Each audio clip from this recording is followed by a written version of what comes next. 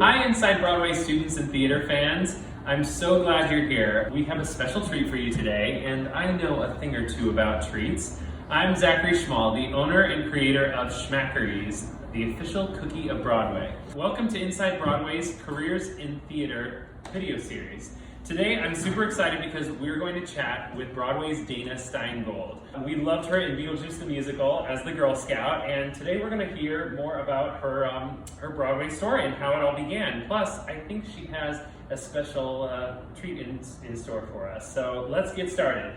Please help me welcome Dana Steingold. Hi, thank you for having me. Dana, thanks so much for being here with us today. You have a great career, and obviously you put in the hard work, a lot of hard work, and we're going to talk more about that later, but first I want you to tell us where you're originally from.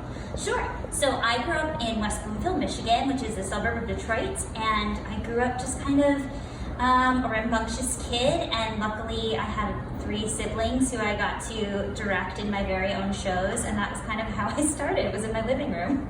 Now, were you interested in acting and musicals at an early age?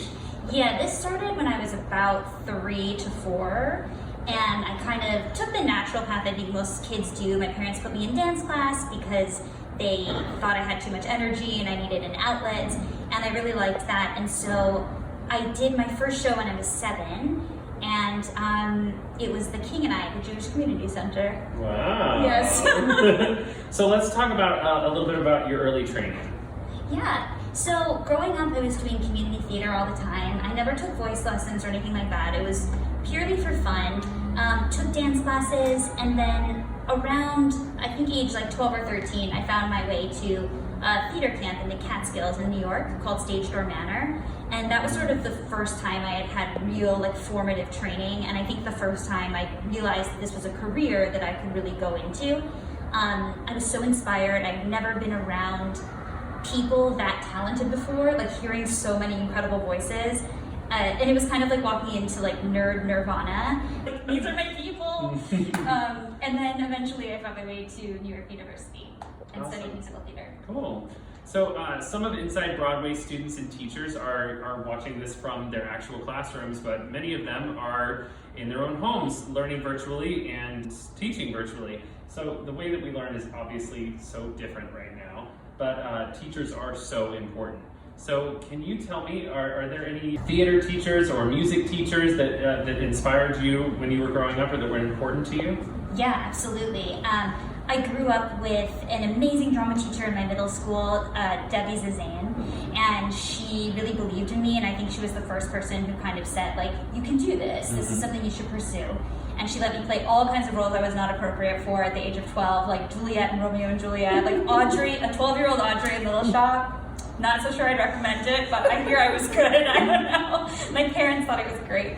And then when I went to camp, I think the most formative person for me was Michael Larson. He was a director there and a music teacher, and I would say probably the most meaningful vocal performance teacher I ever worked with, who really he never treated us like kids, which I think is one of those beautiful things.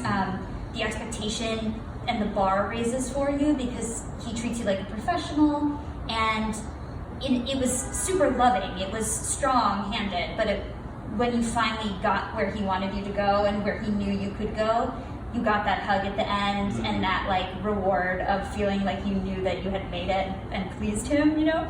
And he is definitely somebody who, even now, when I'm about to do anything in a show or if a joke doesn't land, I always go back and I'm like, it's my diction. I need to go back to Michael Larson school.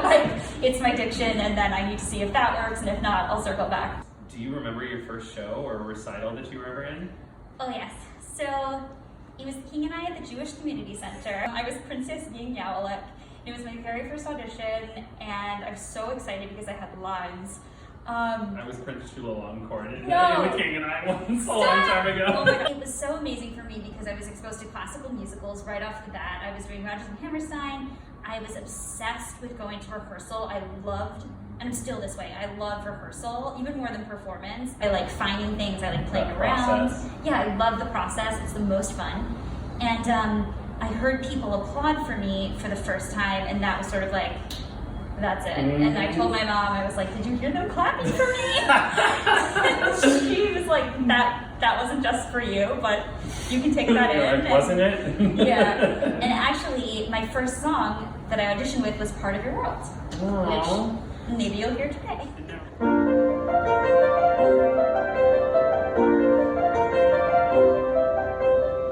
Look at this stuff, isn't it neat? Wouldn't you think my collection's complete? Wouldn't you think I'm the girl who has everything? Look at this trove, treasures untold. How many wonders can one cavern hold? Looking around here, you think, sure, she's got everything. I've got gadgets and gizmos aplenty. I've got who's it's and what's it's galore. You want thingamabobs? I had 20. But who cares? No big deal. I want more. I wanna be where the people are. I wanna sing, dancing, walking around on those.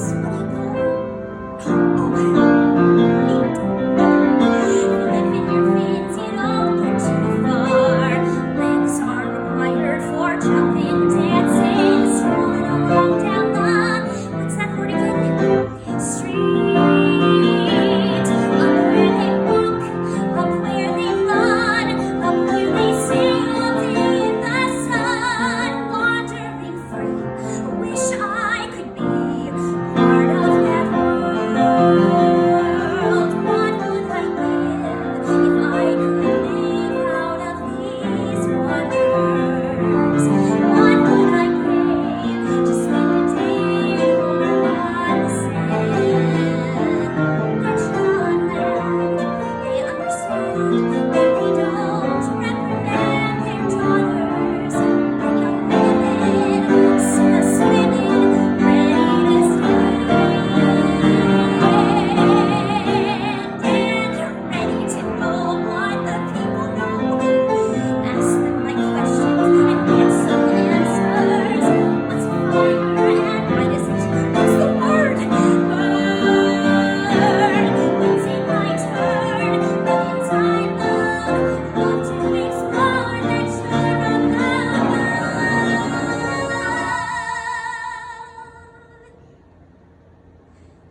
Out of the sea. Wish I could be part of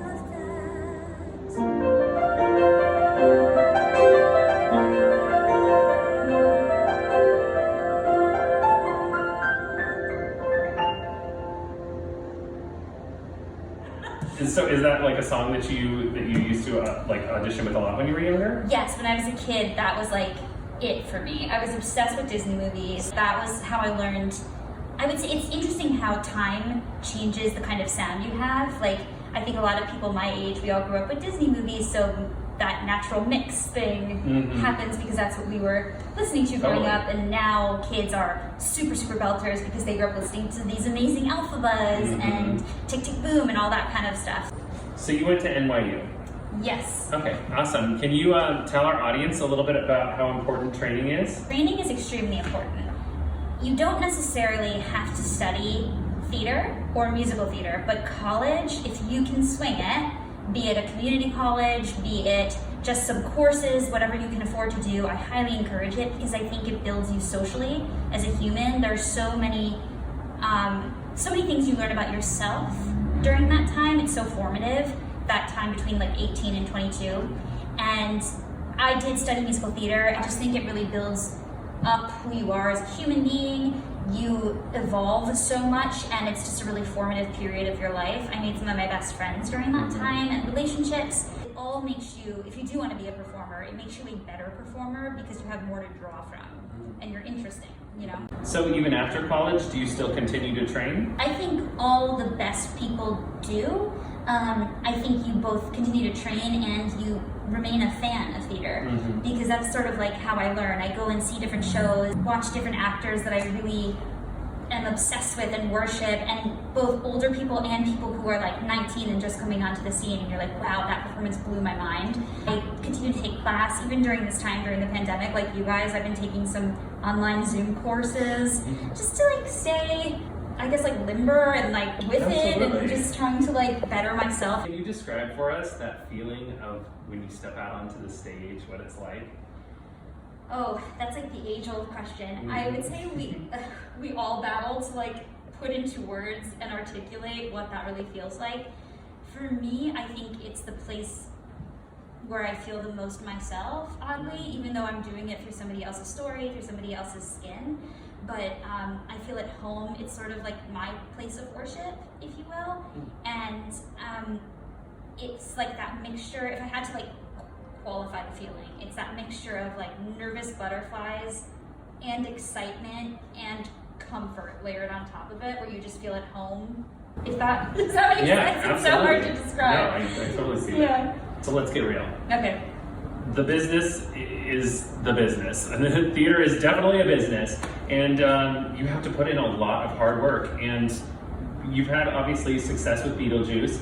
And can you tell me a bit about what it takes to get there? And even when you're there and you've made it, it's still a lot of work. Like even when you're in the show, you're still constantly working. Well, I think the idea of making it is also like a fallacy that's sort of put in like onto our business from an outside perspective and from someone who's not in it, because I don't know that anybody ever feels they've made it.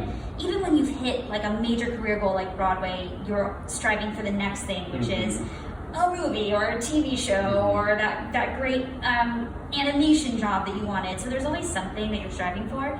But it certainly takes a lot of work. I got really lucky right out of school, and I booked a national tour, like literally spelling bee, like weeks after. But then right after that, I booked my first Broadway show, and it got canceled. What was it? It was Godspell in the 2007 version. So it just goes to show you, like, it took me this much longer to make it back to Broadway. I worked regionally, did every reading, every workshop, but the right thing hadn't come around for me. And I think Beetlejuice is a really good example of all my worlds colliding, all of these weird things with like different people I've worked with at different points in my life kind of all came together on this project. So it was sort of like a great lesson in, if you wait, it will happen for you. If you put in the work and are patient with yourself, it will work out. But for me, the trick that I learned is constantly redefining what success means to you. Yeah, and that's the only way I think to have longevity in any kind of business, and really. not burn yourself out. Yeah, because if your goal is always like Broadway, then you're always going to feel like you're failing. But maybe your goal is just like working with one amazing director this year, and that is a success. Or playing a role you really wanted to play, that's a success. Signing with a new agent, anything like that. Because if you're getting paid to perform, you're an actor. Like, congrats, you're doing it. So it doesn't matter where you're doing it, really. So theater doesn't obviously just happen on Broadway. It also happens all across America, even in smaller theaters and in schools. So you traveled across America in the first national tour of Spelling Bee. Tell me what that was like. It was most of the cast's first big job, so it was really exciting. We were like between 20 and 23 years old, released into the universe on our own for the first time out of college. It was, we had a great time. But also I considered it like grad school. I was working with idols like Bill Finn and James Lapine. For those of you who don't know, so Bill Finn he's a composer, he wrote many amazing musicals, one of which is obviously Spelling Bee. James Lapine wrote Into the Woods and Sunny in the Park with George, and directed Into the Woods as well. Major hero for me, because I grew up watching these movies. So it was just this sort of like very special moment in my life where I couldn't believe this was happening to me, and it was sort of like graduate school. I ended up going on opening night with no rehearsal, and it doesn't get any harder or better than that, really. And once you've done that, there will be nothing else that will scare you ever again. So it was great that it happened to me when I was 20. Dana is a triple threat, which means that she can sing, she can dance, she can act, but she may have another special skill that comes in handy once in a while. Can you tell us about it? Sure, I'm assuming you're referring to puppetry. Possibly. I got it handy. Which I learned for Avenue Q. I actually hesitate to say that I'm like a skilled puppeteer in any way, because when you see people who are really good at it, so good, it's magical. And I've worked with some of them, and they are just magicians. And sometimes you literally lose yourself in the scene watching their puppet. It was really a difficult show for me because it takes like 3 to 6 months, I would say, to feel comfortable and confident enough. Wow.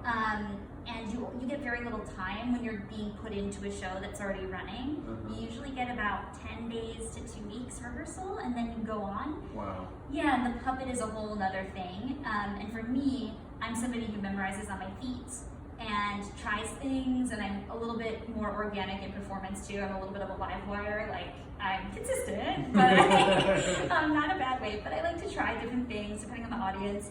And I couldn't necessarily do that because my puppet had to follow my instincts, and I wasn't a good enough puppeteer yet for that to happen. So I had to like kind of be very regimented in my performance. So it was a totally interesting and different way of working for me. And now I consider myself like a decent puppeteer. Do you still keep up with it? Like, do you still practice? I really should. Under the circumstances of the pandemic, like I've had a lot of requests for like puppeteering workshops and stuff Please like that. do. Like under the blankets, like totally. But it's actually because of the logistics of cleaning puppets, it's very hard to get one lent to you right now. For sure. So I wish I kept up with it. Also, it's not an easy task physically. Most people leave with some issues with their hand and their wrist and their shoulder, as did I. So you get a parting gift from Puppetry that you get to keep forever. So yeah, I think I'll pick it up one day. But I did utilize the skills in Beetlejuice. I did all the puppeteering in Beetlejuice. Cool. So yeah, very that's cool. So tell us all about some of the other shows that you've been in. Oh my gosh. I've gotten to kind of go all over the country and perform at these incredible regional theaters all over, which are not only amazing because of the theater they produce, but how integral they are in their communities, which I think we're also sort of like finding out right now with everything being shut down. You guys have Inside Broadway, and Baltimore Center Stage serves the Baltimore school districts, and Westport Country Playhouse serves the Connecticut school districts, and Paper Mill in New Jersey. There's all these incredible places, and they really reach out to the communities around them and the kids and provide amazing arts education like Inside Broadway does for you. So that's been really fun, is meeting students all over. Student productions are always the best day. Like, you're a little upset because you're called at like 9:30 in the morning for a 10 a.m. show, but they're always the most fun. So yeah, I've gotten to go all over doing, oh my gosh, everything from Into the Woods to High School Musical and High School Musical 2 and The Visit, and I've done encores here in the city. There have been so many readings and workshops of shows you've probably never heard of or seen, but mostly I've been able to focus on new work in the last 12 years, which has been great. So awesome. Yeah. Is there any one role that you've played more than once? Yes, I've been lucky enough to do a bunch of productions of Into the Woods all over this country. Wow. And you'll hear a little something from that later. Yeah. For those who don't know, the show was written by Stephen Sondheim, and the book was James Lapine, and it was directed by James Lapine, and it's a movie that I grew up on, watching the live capture of that, or what we call the live capture at the time of the original cast, and it is spectacular. It's on Netflix. It's a great show, a great entry level, I think, to Sondheim, so you should totally watch it. Mother said straight ahead, not to delay or be misled. I should have heeded her advice, but he seemed so nice. And he showed me things, many beautiful things that I hadn't thought to explore. And they were off my path, so I never had dared. I had been so careful, I never had cared. And he made me feel excited, well, excited and scared. When he said, come in, with that sickening grin, how could I know what was in store? Once his teeth were bare, though I really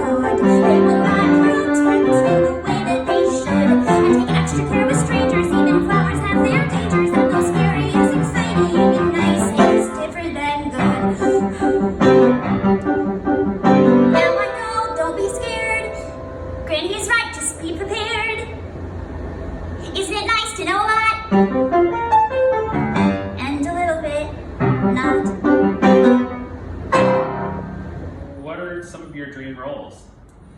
Oh, that changes all the time. Right now, I'm really into Six, so I'd be really excited to do Six at some point. It's such a good album. Did you see it? No. Oh. I was so excited to go, but it was supposed to open literally the day of the shutdown. I literally saw it a week before the shutdown. You're so lucky. It was so fun. I would love to play Dot in something in the Park with George one day. Like anything Bernadette Peters has done, I would be very grateful to try to be 1/5 as good as she was in it at some point in time in my life. Me too. Yes. So let's talk auditioning. We have a bunch of students that are probably getting ready to audition for a performing arts high school. Do you have any audition tips for them? So I always say the two most important things for an audition are preparation and humanity. Preparation, because the only thing you can control is how prepared you are. So if you can come in as, you know, I always hold my sides, I hold my material, not to give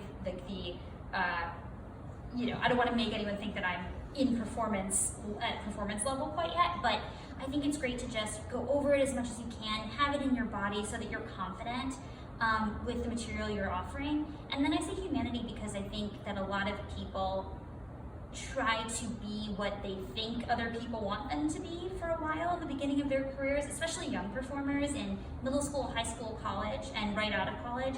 And we waste a lot of time trying to be Sutton Foster or be Kristen Chenoweth or be Taylor Swift, whatever we think it is, you know?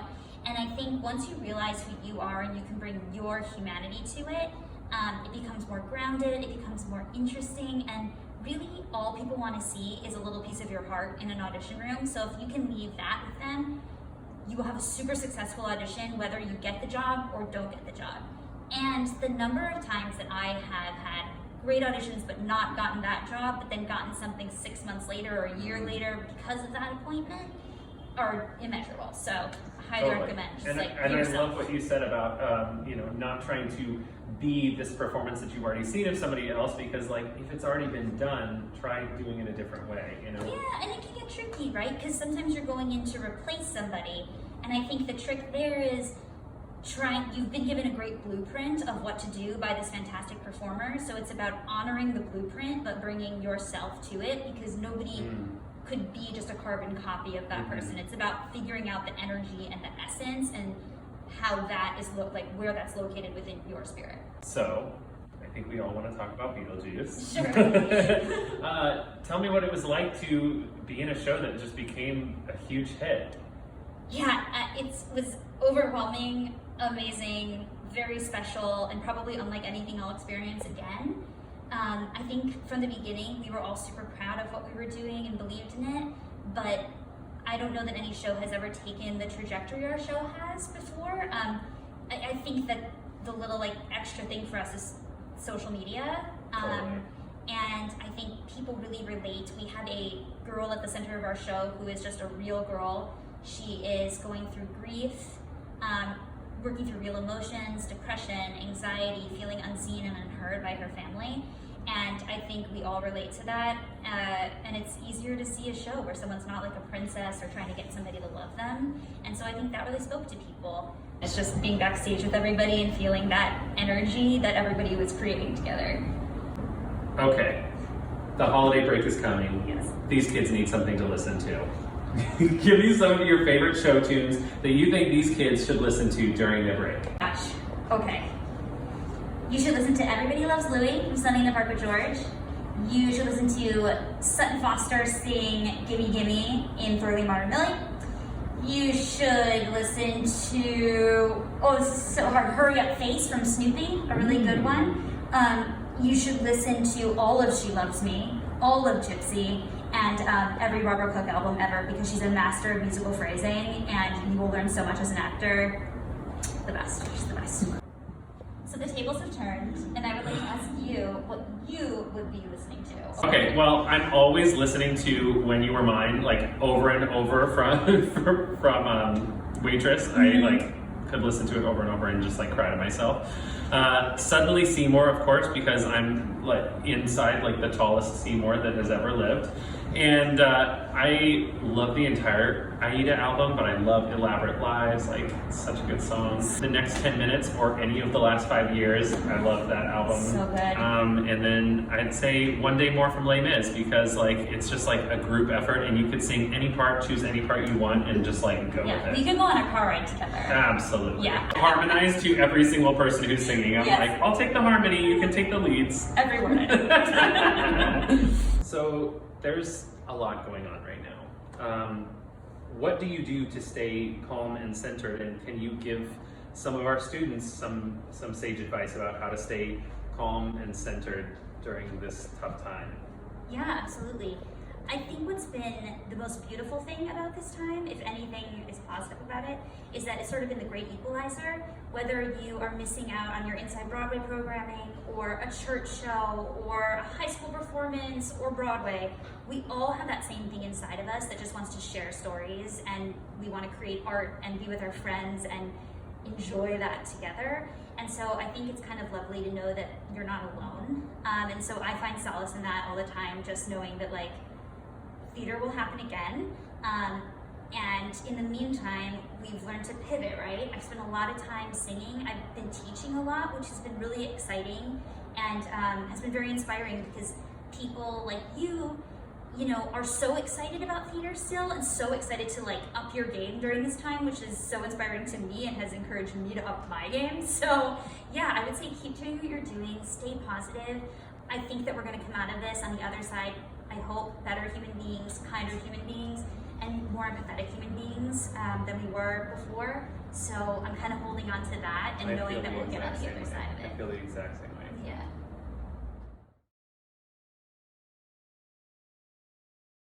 Hi everyone, I'd like you to meet Charles Santoro. He's our musical accompanist today. So Charles, tell me, where are you from originally? Originally from Bergen County, New Jersey, which is a little town called Elmwood Park.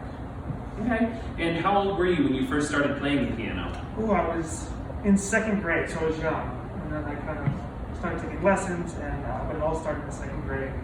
Wow. So what shows have you worked on that we would know? Some shows are Matilda, School of Rock, Clueless the Musical with Duff Cameron off-Broadway, Fiddler on the Roof in Yiddish, and most recently Mrs. Doubtfire. Oh, fun. And do you have any advice for our young musicians out here? Yes, never stop learning. Always learn. Listen to as much music as you can, each genre, whether it be classical, rock, Broadway. Everything tells a story, and just learn from that. Awesome. Thank you so much, Charles. Glad to be here. Thank you. Dana, so many of our students at home are in Inside Broadway's CASA program. So could you maybe give them a little one of your vocal warm-ups? Yes! Hello, Inside Broadway CASA program and students. I'm so excited. I'm going to show you a little bit of what I do before I sing, and I know that you are all working on a virtual show right now, so we would love to see you participate in this warm-up. Make a video of yourself and tag Inside Broadway, and I'm going to see it, and I'm super excited, so let's go. Hello everyone, I'm going to show you what I do when I'm getting ready for a show. So for me, the biggest mistake we make is that we think that singing is sort of this kind of experience, but it's a full body experience to really sing healthfully. And I can credit my amazing voice teacher, Liz Kaplan, for that. I don't want to not credit her because these are her warm-ups that we do. Okay, so the first thing I do is I work on my breath. So what you're going to do is you're going to take a deep breath, and you're gonna let it out on a hiss, kind of like you're letting air out of a balloon, and you're gonna let it go as long as you can. So ready?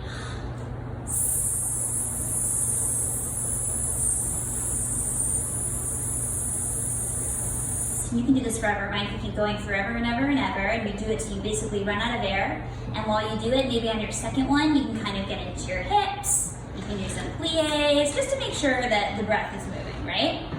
So after that, I go right here to my scalenes, these little muscles in the front of my neck, and I kind of give those a good rub, because you want to make sure those are nice and loose and that you're not carrying any tension there. And then, for me, the most important part of this warm-up, hands down, is tongue stretching, because usually what happens to a lot of us, we start to sing, we get tired, here's the back of your throat, your tongue starts to go like this, and you lose a lot of space, so you start to kind of feel it tight back there. So, stick your tongue all the way out. It's gonna feel really weird. Probably you wanna do it in a room alone because you'll feel so embarrassed, but here we go. I'm gonna do it for you, so it's no longer embarrassing.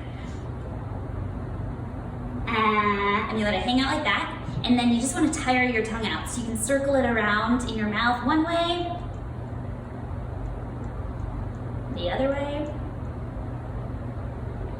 And I'll do that for like a minute and you'll start to feel your tongue start to ache. It will actually hurt. That is good news because that means you've tired your tongue out and it will no longer prohibit your singing, and that's A+. Now I do my actual vocal warm-up. I do one warm-up because it kind of gets everything going, consonants, vowels, everything.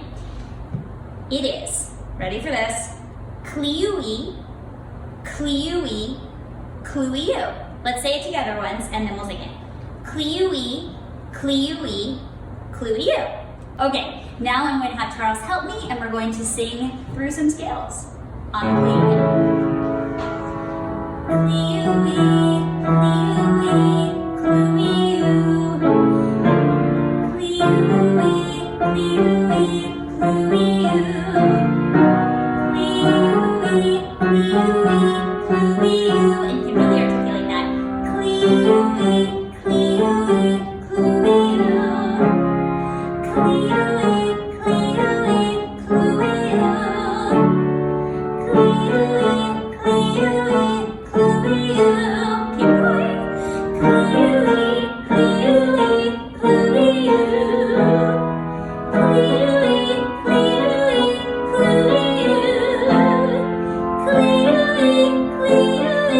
clee-oo. Clee-oo-ee, clee-oo-ee, clee-oo. Clee-oo-ee, clee-oo-ee, clee-oo. Oh, keep going.